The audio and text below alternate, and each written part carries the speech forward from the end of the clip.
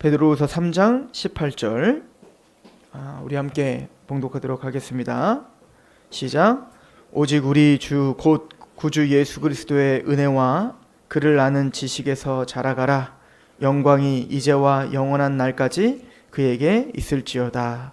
아멘. 우리는 베드로후서 묵상을 이제 마지막 시간을 두고 있습니다. 오늘 3장 18절은 베드로가 어쩌면 베드로전서와 베드로후서 전체를 마무리하면서 이게 마지막 편지죠. 이제 베드로는 이 편지를 끝으로 이제 아마 순교자의 길을 걸어갔을 것입니다.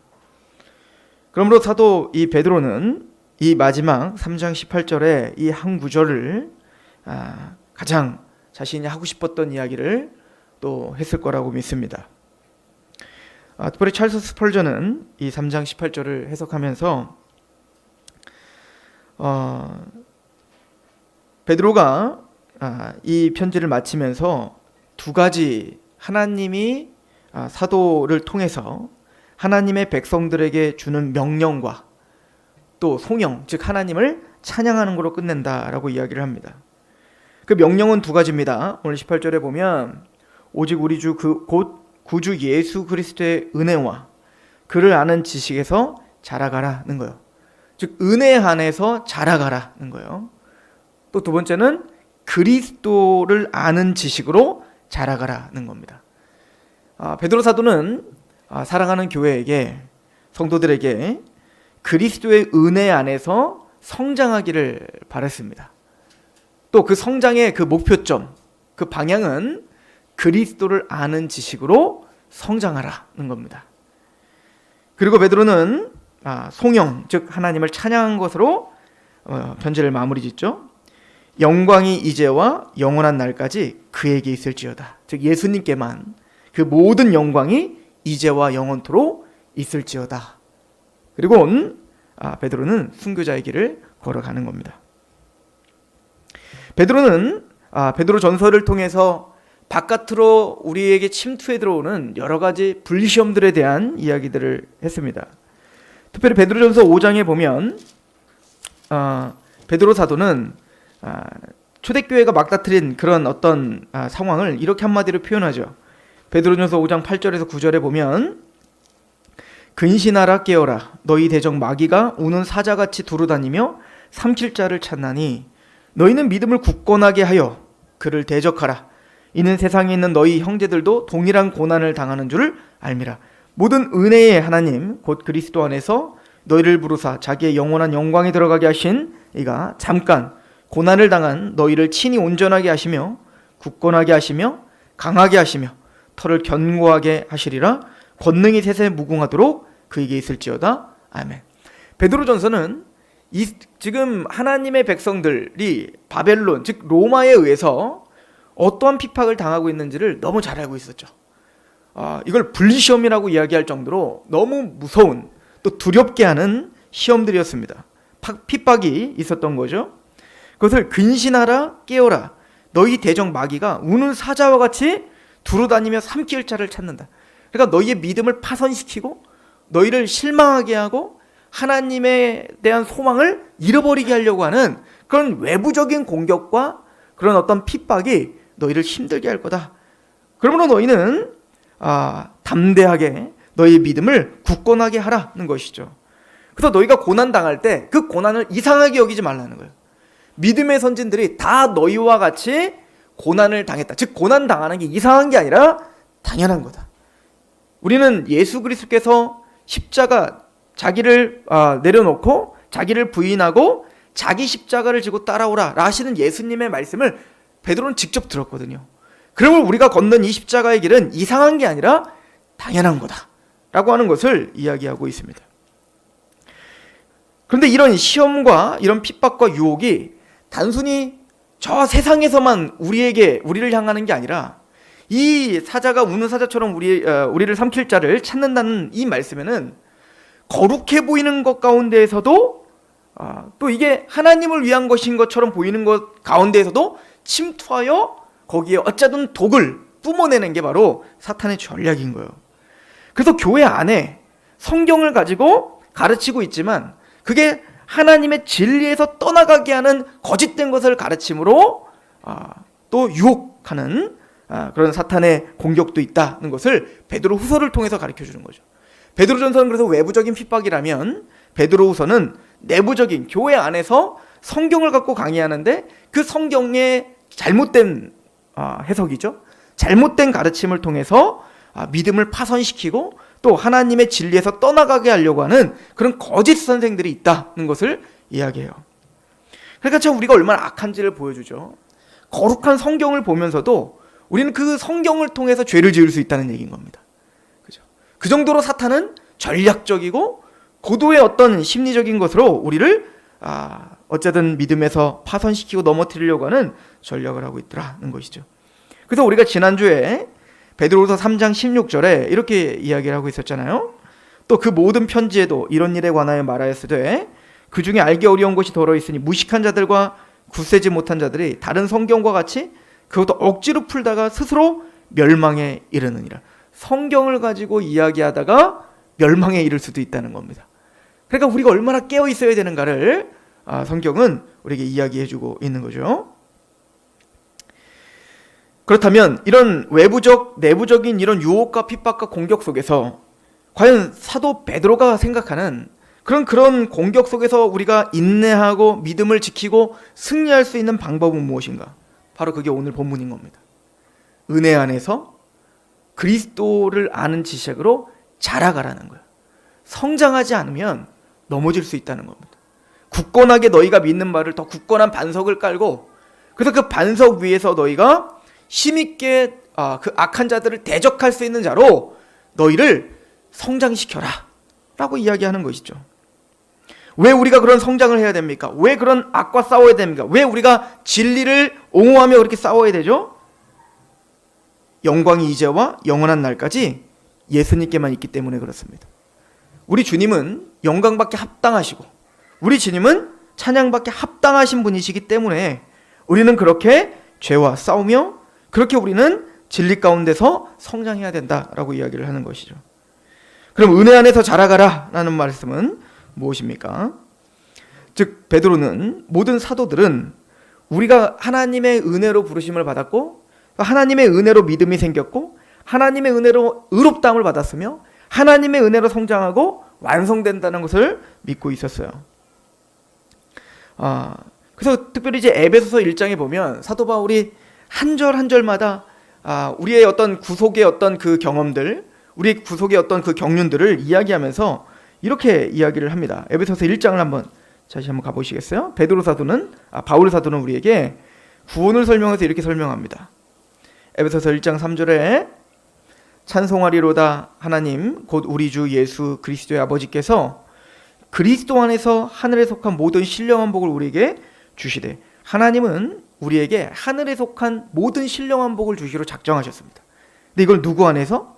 그리스도 안에서 하늘에 속한 모든 신령한 복을 주셨다는 거예요.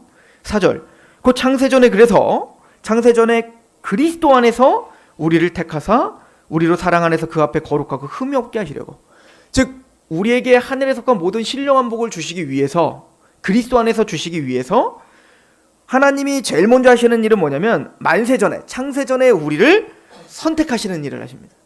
근데 어디 안에서? 그리스도 안에서 우리를 택하셨다는 거예요. 5절도 보십시오. 그 기쁘신 뜻대로 우리를 예정하사 예수 그리스도로 말미암아 자기의 아들들이 되게 하셨다. 그래서 우리가 하나님의 우리를 예정하신 것은 하나님의 아들이 되게 하시기 위함인데 누구로 말미암아? 예수 그리스도로 말미암아 우리가 하나님의 아들이 되게 하셨다는 겁니다. 6절도 보십시오. 이는 그가 사랑하시는 자 안에서 우리에게 거저 주시는 바 그의 은혜의 영광을 찬송하게 하려는 것이다. 왜 하나님이 이렇게 하신 겁니까? 우리가 그 그리스도 안에서 하나님께 은혜의 영광을 찬송하게 하려면 은혜로 즉 하나님의 은혜로 받아 그리스도 안에서 누리는 이 기쁨을 하나님께만 영광을 돌리게 하기 위함이라는 거죠. 그래서 이것을 이루시기 위해서 성부 하나님은 성자 예수님을 우리에게 보내주셨다는 겁니다. 7절 우리는 그리스도 안에서 그의 은혜의 풍성함을 따라 그의 피로 말미암아 속량 고취의 사함을 얻었으니 이는 그가 모든 지혜와 총명을 우리에게 넘치게 하셨다는 것이죠. 여기서도 우리가 구속 곧 죄 사함을 받아요. 누구 안에서? 그리스도 안에서라고 이야기를 하죠. 저 그리스도 안에서 우리를 속량하시고 지혜와 총명을 우리에게 넘치게 하셔서 구절을 보시면 그 뜻의 비밀을 우리에게 알리신 것이요 그의 기뻐하심을 따라 그리스도 안에서 때가 찬 경륜을 예정하신 것이니 하늘에 있는 것이나 땅에 있는 것이 다 그리스도 안에서 통일되게 하려 하십니다. 하나님이 하늘에서 이루신 그 하나님 우리를 향한 뜻이 있는데 그 뜻을 이루기 위해서 그리스도 안에서 속량하시고 그리스도 안에서 우리를 예정하시고 그리스도 안에서 통일하게 하셨다는 거예요. 그러니까 예수님을 떠나서는 그 어떤 것도 이루어지지 않는 거예요. 11절 모든 일을 그의 뜻대로 결정하시는 일하시는 이의 계획을 따라 우리가 예정을 입어 그 안에서 기업이 되었다. 또 그 안에서 기업이 되었다는 거예요. 이는 우리가 그리스도 안에서 또 그리스도 안에서 전부터 바라던 그의 영광의 찬송이 되게 하려 하심이라. 13절도 보세요. 그 안에서 계속 그 안에서 그리스도 안에서요. 그냥 우리가 예정을 받고 부름을 받고 십자가의 구속으로 경험하고 은혜로 하나님을 찬양하고 성장하고 영화롭게 되는 그 모든 과정이 다 그리스도 안에서다는 거예요. 14절에 이는 우리 기업의 13절에 그 안에서 너희도 진리의 말씀 곧 너희의 구원의 복음을 듣고 또 그 안에서 또한 믿어 약속의 성령 인침을 받았으니 이는 우리 기업의 보증이 되사 그 얻으신 것을 속량하시고 그의 영광을 찬송하게 하려 하심이라. 즉 사도 바울이 생각하기에는 예수님의 은혜를 떠나서는 우리는 아무것도 아니다는 거예요. 그래서 베드로 사도가 마지막 그런 여러 가지 공격 또 우리의 어떤 삶의 정황 속에서 이루어지는 그 어떤 힘듦 그런 것 가운데 믿음으로 지키고 인내할 수 있는 방법은 이 그리스도 안에서 누릴 수 있는 은혜 그 은혜 안에서 우리가 성장하고 그 은혜 안에서 우리가 하나님의 말씀 앞에 더 굳건히 토대를 담는 거 이것으로밖에 우리는 이길 수 없다는 것을 알고 있었던 것이죠. 에베소서 3장을 한번 보시겠습니다. 에베소서 3장 10절을 한번 보세요. 그래서 사도 바울은 더 이어서 이렇게 이야기를 합니다.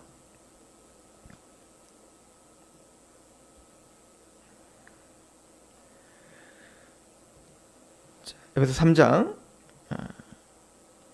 10절 이는 이제 교회로 말미암아 하늘에 있는 통치자들과 권세자들에게 하나님의 각종 지혜를 알게 하려 하심이니 곧 영원부터 우리 주 그리스도 예수 안에서 예정하신 뜻대로 하신 것이라.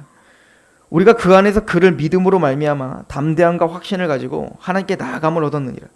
그러므로 너희에게 구하노니 너희를 위한 나의 여러 환난에 대하여 낙심하지 말라. 이는 너희의 영광이니라. 이러므로 내가 하늘과 땅에 있는 각 족속에게 이름을 주신 하나님 앞에 무릎 꿇고 비노니 너희가 그렇게 하나님의 은총으로 구원을 받고 믿음으로 그렇게 지금도 인내하며 살고 있는데 내가 너희를 생각할 때마다 이렇게 기도한다는 거예요.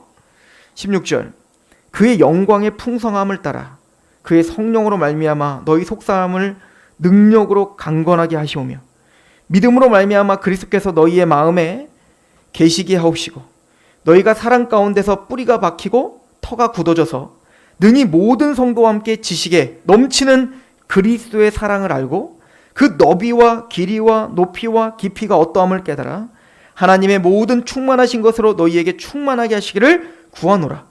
우리 가운데 역사하시는 능력대로 우리가 구하거나 생각하는 모든 것에 또 넘치도록 능히 하실 이에게 교회 안에서와 그리스도 예수 안에서 영광이 되도록 영원 무궁하기를 원하노라. 아멘.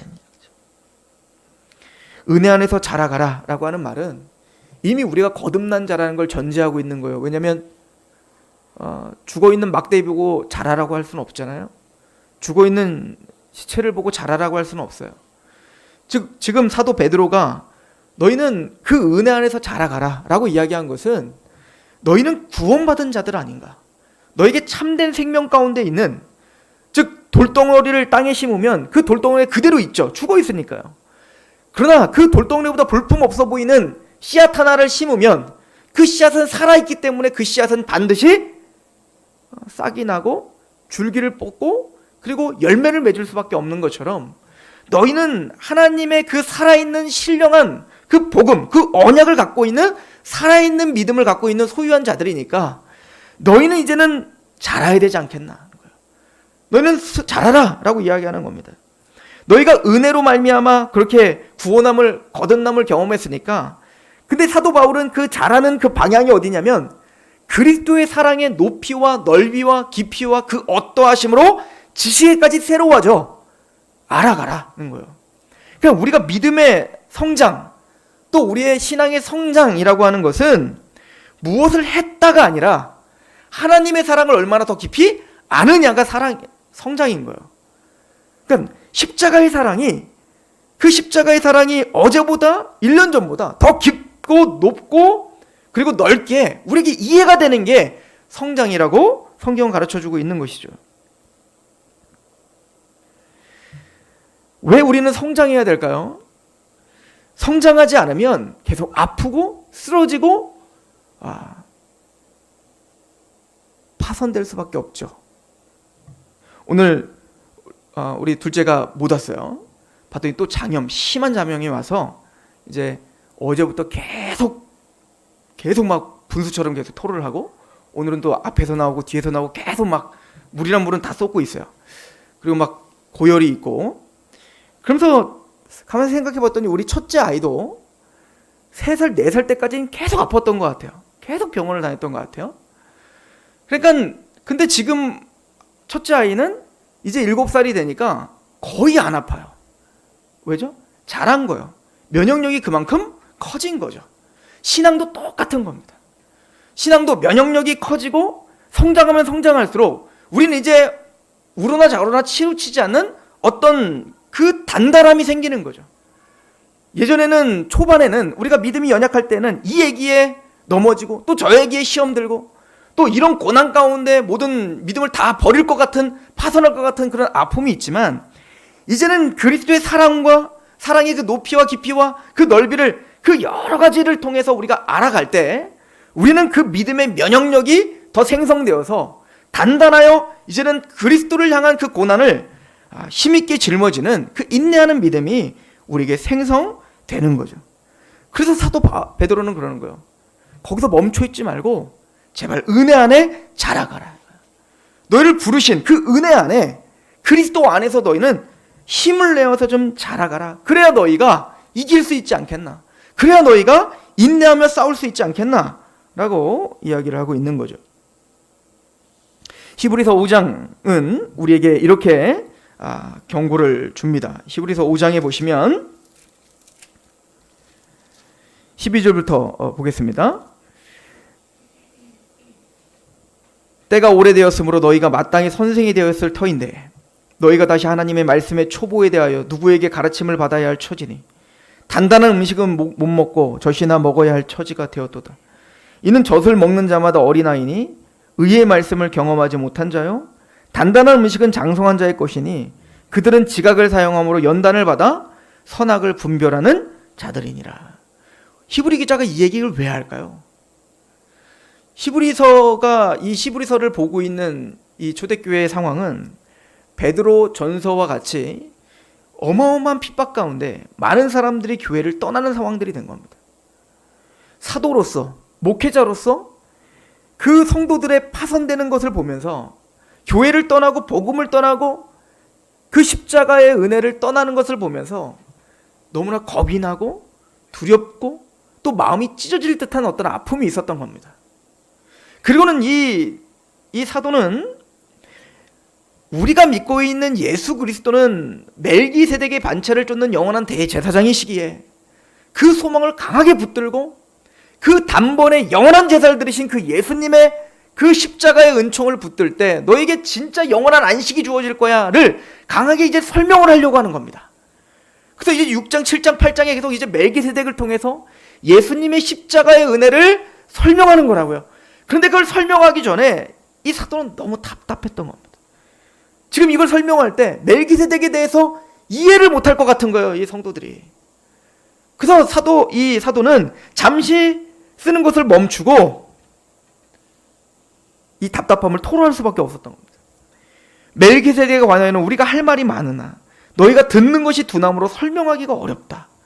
때가 오래되었으므로 너희가 마땅히 선생되었을 터인데 너희가 다시 하나님의 말씀에 초보에 대해 누구에게 가르침을 받아야 할 처지니 단단한 음식은 못 먹고 젖이나 먹어야 할 처지가 됐다.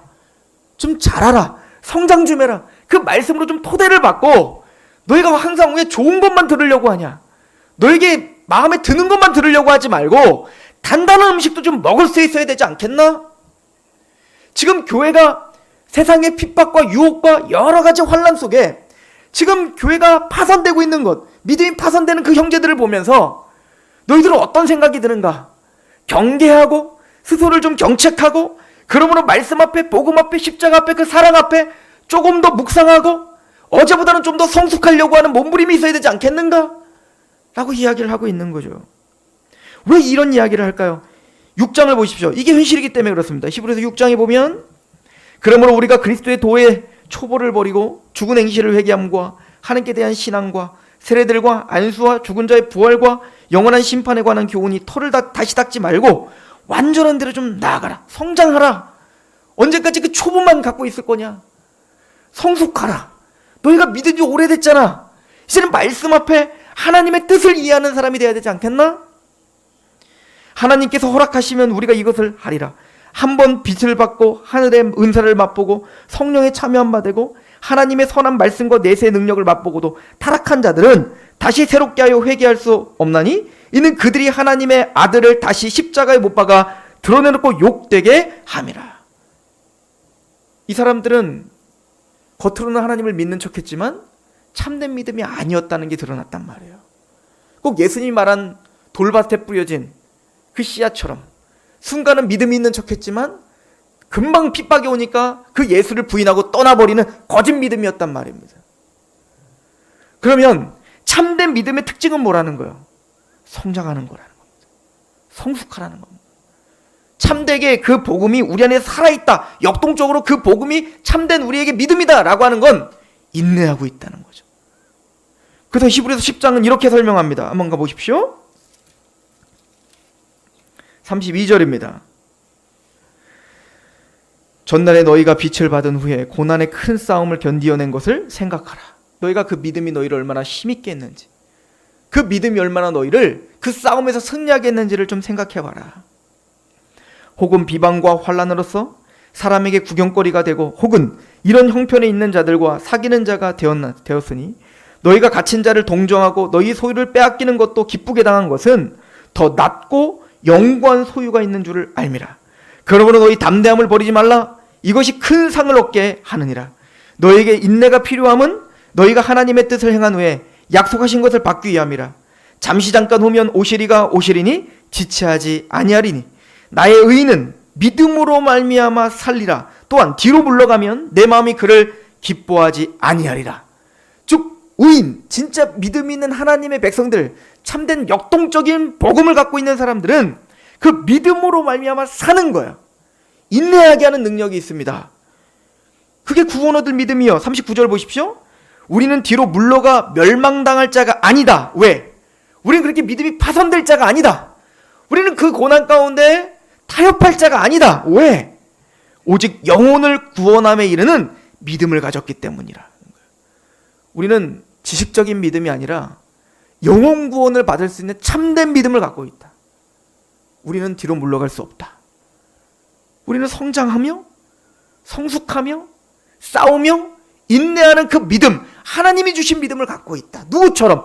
히브리서 11장의 그 믿음의 선진들처럼, 믿음으로 아벨이 하나님이 기뻐하시는 제사를 드렸던 것처럼, 또 믿음으로 노아가 사람들의 조롱을 받으면서도 방주를 지었던 것처럼, 또 믿음으로 아브라함이 그 가나안 땅에 살면서도 참된 본향인 하늘을 바라보며 인내를 걸어갔던 것처럼, 또 믿음으로 모세가 바로의 공주의 아들이라는 칭함을 받고 부귀영화를 이 세상은 누릴 수 있지만 그 모든 걸 포기하고 그리스도의 백성들과 함께 고난당한 걸 더 큰 낙으로 알고 상 주시는 이를 바라보는 믿음으로 살았던 것처럼 우리는 그 영혼 구원을 받을 믿음을 갖고 있노라 라고 이야기를 하고 있죠. 우리는 그 믿음을 향해서 성장해야 된다는 거예요. 그리고는 히브리서는 이 믿음에 대해서 이렇게 결론을 내려요. 우리 히브리서 12장 1절 2절 한번 읽어볼까요? 히브리서 12장 1절 2절 시작. 이러므로 우리에게 구름과 같이 둘러싼 허다한 증인들이 있으니 모든 무거운 것과 얽매기 쉬운 죄를 벗어버리고 인내로서 우리 앞에 당한 경주, 여기서 경주는 마라톤을 이야기하는 겁니다. 그러니까 믿음의 삶이라는 건 순간적인 기분이나 느낌으로 사는 게 아니라 마라톤이라는 거예요. 장거리라는 겁니다. 때로는 힘들어요. 지칠 것 같아요. 그래서 히브리서는 뭐라고 하죠? 너희가 사랑과 선행을 서로 격려하며, 마지막으로 올수록 모이기를 피하는 자의 습관처럼 하지 말고 모이기를 힘쓰며. 왜요? 마라톤을 뛰다 보면 나 혼자는 힘든 거예요. 그래서 페이스메이커가 옆에 있어야 되는 겁니다. 그게 우리의 성도들인 거예요. 형제들인 거예요. 그래서 그 교제를 통해서 하나님은 그 믿음을 지금 독려하고 계시다는 거예요. 힘들면 옆에서 물을 주고 또 같이 격려도 하면서 그 마라톤 경주를 같이 갈 수 있는 믿음의 동료들을 줬다는 거예요. 그리고 2절은 말합니다. 같이 읽어봅시다. 시작. 믿음의 주요 또 온전하게 하시는 예수를 바라보자. 그는 그 앞에 있는 기쁨을 위하여 십자가를 참으사 부끄러움을 개의치 아니하시더니 하나님 보좌 우편에 앉으셨느니라. 이 얘기는 예수님이 십자가에 고난을 당하시고 마침내 부활 영광했으니까 그걸 본받아 너희들도 열심히 해, 이 얘기가 아니에요. 지금 이 얘기는 믿음의 주요 할 때, 이 주요라고 할 때 이게 원어는 창조자, 근본, 근원 이런 뜻이에요. 그러니까 우리의 믿음의 근원은 예수님이라는 거예요. 아벨도, 노아도, 아브라함도, 이삭도, 야곱도 그들의 믿음, 지금 위대하다는 그 허다한 증인들, 구름과 허다한 증인들이 갖고 있었던 그 인내하며 승리하는 그 믿음의 주인은 바로 예수님이라는 겁니다. 예수님이 그 믿음을 주신 거고 예수님이 그 믿음을 창조하신 겁니다. 그리고 믿음을 창조하셨을 뿐만 아니라 그 믿음을 온전하게 계신 예수를 바라보자. 우리가 할 수 있는 일은 그 예수를 바라보는 거예요. 아브라함이 믿음이 좋아서 그 믿음의 경주에서 승리했던 게 아닙니다. 그 예수를 바라보고 그 예수를 갈망한 거예요. 그러니까 믿음이라는 건, 우리가 생각할 때 믿음이라는 건 뭔가를 뚫고 지나가고 승리하고 능력을 말하는데 그게 아니에요. 믿음이란 연약해요. 의심이 가요. 때로는 넘어져요. 그런데 그 넘어지고 연약한 순간 내가 더 낮아지고 겸손해져 주님밖에 의지할 수밖에 없다고 아우성치고 주님만이 나를 구원할 자가 없다라고 간절한 마음을 바라보는 거, 이걸 믿음이라고 하는 거예요. 믿음은 내 능력이 아닌 거예요. 믿음은 점점 내가 없어지는 겁니다. 믿음은 점점 나의 자아가 꺾이는 겁니다. 그래서 우리의 인생을 통해서 그 마라톤 같은 경주를 하며 하나님, 내 원대로 내 뜻대로 되는 게 하나도 없습니다. 하나님의 원대로 됩니다. 그래서 내가 주님만 바라봅니다라는 겸손한 고백을 받아내는 게 믿음인 거예요.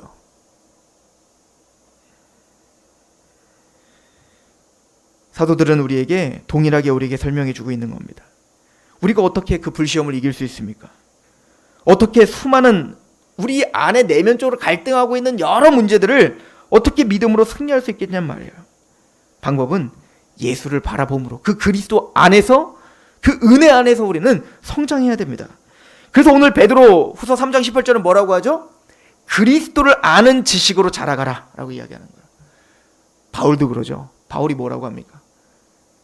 내가 모든 유익한 것들을 다 버리겠다는 거예요. 내가 그리스도를 아는 지식이 가장 고상함으로 모든 것들을 배설물로 여기기를 결정했다는 겁니다. 그 유익하던 게 뭐죠? 사도 바울이 율법적으로 살았던 거, 내가 어떤 집안 출신이라는 거, 내가 또 하나님의 율법을 어떤 열심을 가졌다는 거, 내가 바리새인으로서 말씀을 얼마나 많이 알고 있다라고 하는 거, 이 모든 것들이 다 무익하구나. 오직 내 안에 나를 살게 하고 나를 성장시키며 나를 완성시키는 오직 하나 지식은 그리스도를 아는 지식이다 라고 성경은 가르쳐주고 있습니다. 베드로도 똑같이 얘기하는 거예요. 그래서 베드로는 말합니다. 그리스도를 아는 지식으로 자라가라 라고 이야기를 하는 것입니다. 우리가 어떻게 그리스도를 아는 지식으로 자라갈 수 있죠? 결론은 말씀입니다. 그래서 사실은 베드로 사도가 지금 문맥적으로 어떤 사람들이 성경을 억지로 풀다가 무법한 자로 빠질 수 있다. 그러나 너희는 아니라는 거야. 너희는 그리스도 안에서 그 은혜와 그리스도를 아는 지식으로 자라가는 거예요. 이게 뭐죠? 그 말씀을 통해서 너희는 참되게 그리스도를 발견하라는 겁니다.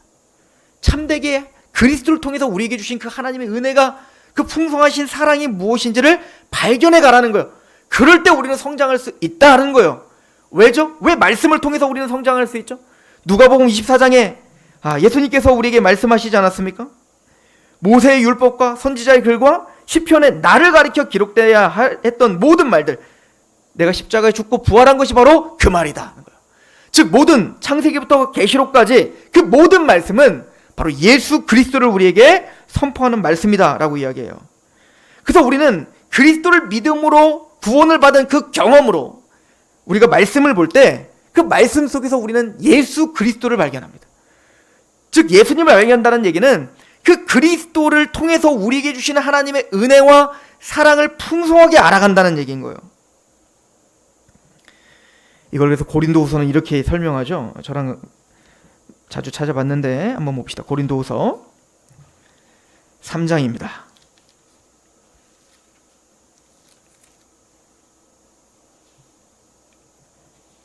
고린도후서 3장 18절 말씀입니다.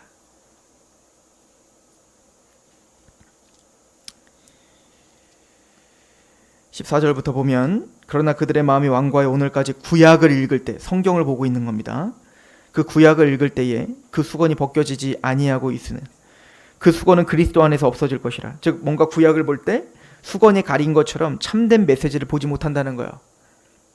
그러나 이것이 예수님께로 돌아가면 그 은혜로 구원받고 거듭나면 이제 구약을 성경을 볼 때 참된 걸 보게 된다는 거예요. 뭐죠? 15절 오늘까지 모세의 글을 읽을 때에 수건이 그 마음을 덮었도다. 그러나 언제든지 주께로 돌아가면 그 수건이 벗겨지리라. 주의 영이시니 주는 영이시니 주의 영이 계신 곳에는 자유가 있느니라. 18절 같이 읽어봅시다. 시작. 우리가 다 수건을 벗은 얼굴로 거울을 보는 것과 같이 주의 영광을 보매 그와 같은 형상으로 변화하여 영광에서 영광이 이르니 그 주의 영으로 말미암음이니라. 지금 구약을 보고 있습니다. 성경을 보고 있습니다. 근데 우리가 다 수건을 벗은 것처럼 예수님으로 말미암아 거듭나 이제는 그 거듭난 영으로 말씀을 보니 거울을 보는 것과 같이 주의 영광을 봐요. 즉 말씀을 통해서 누구를 봐요? 예수 그리스도의 영광을 봅니다. 근데 그 영광을 계속 봤더니 그와 같은 형상으로 변화하여 영광에서 영광에 이르더라 하는 거예요. 즉 우리가 말씀을 통해서 끊임없이 예수 그리스도를 통해서 우리에게 주신 하나님의 은총, 사랑, 예수님의 이야기를 우리가 발견하는데 지식인 줄 알았어요. 근데 그 말씀을 계속 보면 볼수록 우리는 점점 더 예수님을 닮아가기 시작하는 겁니다. 예수님으로 화하여지더라. 왜 이런 역사들이 일어나죠? 곧 주의 영으로 말미암느니라. 성령님이 그렇게 하시더라는 겁니다. 성령님은 말씀을 통해 우리에게 성령님이 조명해 주셔서 말씀을 통해서 그 그리스도의 사랑이 얼마나 큰지 그 그리스도의 은혜가 얼마나 위대한 것인지를 날마다 알게 하신다는 거예요. 그래서 로마서 5장은 뭐라고 하죠? 그 성령님은 하나님의 사랑을 우리에게 부어주신다는 겁니다. 이게 성령님이 하시는 역할이에요. 무엇을 통해서? 말씀을 통해서요. 우리가 끊임없이 말씀에 집착하고 그 말씀을 볼 때 성령님은 거기서 그리스도의 십자가의 은혜를 깨닫게 합니다. 아브라함 이야기를 봐도 노아의 이야기를 봐도 모세의 이야기를 봐도 거기에 예수 그리스도의 십자가를 내어주신 하나님의 사랑이 우리 안에 부어지는 거예요. 우리는 그렇게 십자가에 감격하고 그래서 하나님께 감사해서 예배하고 그래서 하나님 말씀을 더 보게 되고 그래서 고난 중에 우리는 그 말씀과 사랑과 은혜 가운데 이겨내며 걸어가고 있는 뒤를 돌아봤더니 나는 주님을 따라 그렇게 변화되고 있더라는 거예요. 이걸 뭐라고 하죠? 갈라디아서는 성령의 9가지 열매를 맺으라는 거예요. 즉 그렇게 예수 그리스도를 닮아가니 성령님이 우리 안에서 충만하게 역사하여 우리의 성품이 변화됩니다. 뭘로? 성령의 9가지 열매가 다 뭐죠? 사랑과 온유와 절제와 예수 그리스도의 성품인 겁니다. 예수님처럼 우리가 닮아가기 시작하는 거예요. 우리가 하는 게 아니죠. 그리스도 안에서 은혜로 밖에는 될 수 없는 겁니다. 그리스도를 아는 지식이 가장 고상합니다. 그래서 말하는 겁니다. 그 지식에서 너는 그리스도를 아는 지식으로 자라가라. 너희가 때가 오래되었으므로 선생되어야 될 터인데 단다른 음식은 먹지 못하고 젖이나 먹어야 될 어린아이처럼 그렇게 있지 말고 말씀을 통해 성령님의 은혜를 받아 끊임없이 그리스도를 아는 지식으로 좀 자라가자. 그 복음의 영광스러움과 그 높이와 깊이를 좀 알아가자. 난 예수님으로 말미암아 죄 사함 받았습니다. 할렐루야. 거기서 끝나지 말고 그 죄사함 받았다는 이야기가 얼마나 넓은 이야기인지, 하나님의 나라가 우리에게 임했다는 이야기야. 이제는 하나님의 나라와 통치가 나를 지배하고 있다는 이야기야. 좀 넓고 크고 광대한 하나님의 그 목적지까지 좀 가라. 미리 아신 자를 미리 정하셨고, 미리 정하신 자를 부르셨고, 부르신 자를 의롭다 하시고, 거기서 멈추지 말고 영원롭게까지 하시는 그 하나님을 좀 바라보며 성장하자. 그게 우리가 승리할 수 있는 방법이라는 겁니다. 여러분들, 우리가 운동을 해요. 운동을 열심히 하면 근육이 생기고 더 탄탄해지고 든든해져요. 그럼 운동을 안 하면, 가만히 있으면 그냥 그 상태를 유지하는 게 아니라 근육은 빠지고 더 약해지는 거예요. 신앙도 마찬가지예요. 신앙도 끊임없이 우리가 성장을 갈망하고 그렇게 달려나가지 않으면 신앙은 그 상태를 유지하고 있는 게 아니라 신앙처럼 도태되기 시작하는 겁니다. 더 연약해집니다. 더 시험에 듭니다. 더 넘어집니다. 이걸 너무나 잘 알았던 베드로는 그래서 자라가라, 성장하라 라고 말해요. 그래서 베드로전서 1장은 뭐라고 말하죠? 너희가 그리스도의 말씀으로, 너희가 거듭난 것은 썩어지 씨로 된 것이 아니라 썩지 않냐 씨로 됐으니 살아있는 하나님의 말씀으로 되었느니라. 즉 그 말씀은, 그 성경은 너에게 구원을 주는 능력이야. 그리고 베드로전서 2장은 뭐라고 말하죠? 어린아이가 그 젖을 사모하는 것처럼 너희는 신령한 젖을 사모하라. 그 하나님의 선하심을 맛보았으면 그리하라. 즉 어린아이가 태어나면, 갓난아이가 태어나자마자 본능적으로 젖을 찾고 빠는 것처럼 성경 말씀, 복음을 통해서 우리가 거듭나면 본능적으로 하나님의 말씀을 찾을 수밖에 없다는 거예요. 그 신령한 젖으로 우리는 성장하고 단단해진다. 베드로 사도는 이거를 떠나서 이야기한 적이 없습니다. 그리스도를 아는 지식으로 자라가라.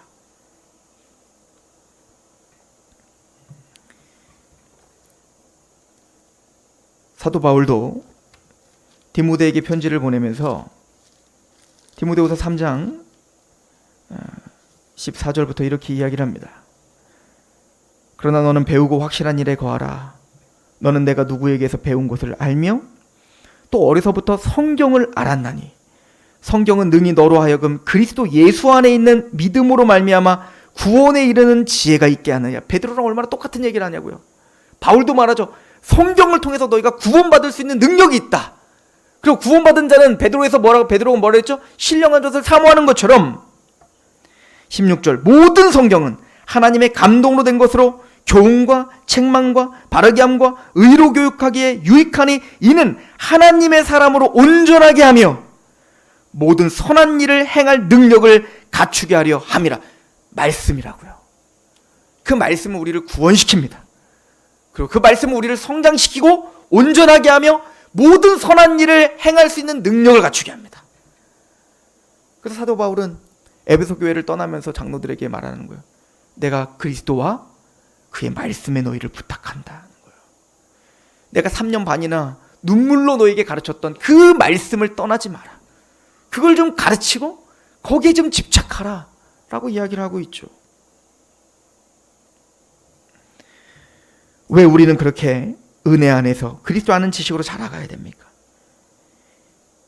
모든 영광이 이제와 영원토록 그 그리스도에게만 있기 때문입니다. 그리고 오늘 본문에는 끝에 아멘이 없죠? 근데 아마 그 풋노트 달린 것 밑에 보시면 어떤 사본에는 아멘이 있다 이렇게 써 있을 겁니다. 그러니까 이 성경에 헬라어 원본이 없어요. 원본이 없습니다. 다 사본들인데 사본을 비교 대조해 보면 어떤 사본에는 아멘이 있고 어떤 사본에 아멘이 있어요. 근데 이거는 아멘이 없는 걸 써놓고 어떤 사본에 아멘이 있습니다라고 한 겁니다. 아멘이 있는 게 더 자연스럽죠. 찰스 스펄전이 이 아멘에 대한 이야기를 하면서 17세기 애덤스라고 하는 청교도 신학자의 말을 인용합니다. 아멘은 4가지 의미가 있다는 거예요. 첫 번째는 갈망의 의미가 있다는 겁니다. 예, 그렇게 되기를 원합니다. 난 그걸 갈망하고 있습니다. 그걸 고대하고 있습니다. 이런 고백이 아멘이라고 하는 거죠. 두 번째는 믿음입니다. 예, 난 그렇게 될 줄로 믿습니다. 하나님의 그 언약은 반드시 그렇게 될 줄로 믿습니다라고 화답하는 믿음의 고백이 아멘이라는 거예요. 세 번째는 기쁨이라는 겁니다. 예, 그 하나님의 말씀으로 내가 이렇게 기쁨으로 그렇게 나는 동의합니다 라는 뜻입니다. 마지막으로 엄숙한 결단이라고 이야기를 했습니다. 옳은 말입니다. 갈망과 믿음과 기쁨과 엄숙한 결단입니다. 예, 내가 그렇게 살기로 합니다.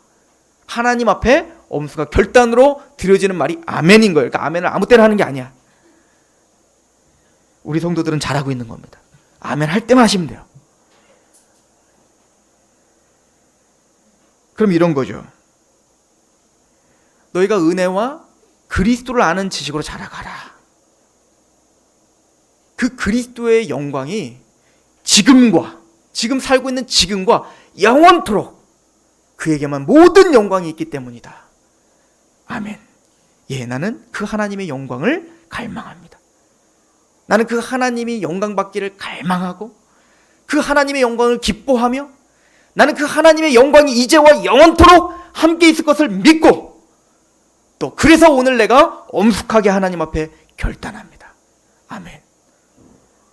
성장하기로 또 그 영광 가운데 내가 그렇게 마음의 감격 가운데 살기로 하나님께 동의하고 결단하고 기뻐하고 갈망하는 거예요.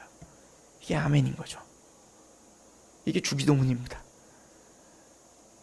하늘에 계신 우리 하나님께서 이름이 거룩히 여김을 받기를 원하고 그래서 하나님의 나라가 이 땅에 임하기를 원하고 그래서 내 뜻이 이루어지는 삶이 아니라 하나님의 뜻이 나를 통해 이루어지기를 원하고 이 모든 것은 내가 할 수 없고 오직 하나님이 일용한 양식을 주시는 그 힘으로만 할 수 있으며 은혜로만 살 수 있으며 그래서 내가 그 하나님의 나라와 뜻을 이루기 위해 주님께서 나를 용서해 주신 그 은혜를 겨워 큰 것을 탕감받은 자가 작은 것을 탕감해주는 은혜를 알아 내가 용서하는 삶을 살고 그 용서를 또 바라는 그런 삶을 살며 이 세상으로 하여금 세상에 타협하지 않고 다만하게 나는 이렇게 넘어질 수밖에 없는 자이니 나를 오늘도 시험에 들게 하지 마옵시고 다만하게 나를 구해 주십시오. 왜냐하면 나라와 영광이 하나님께만 있기 때문입니다.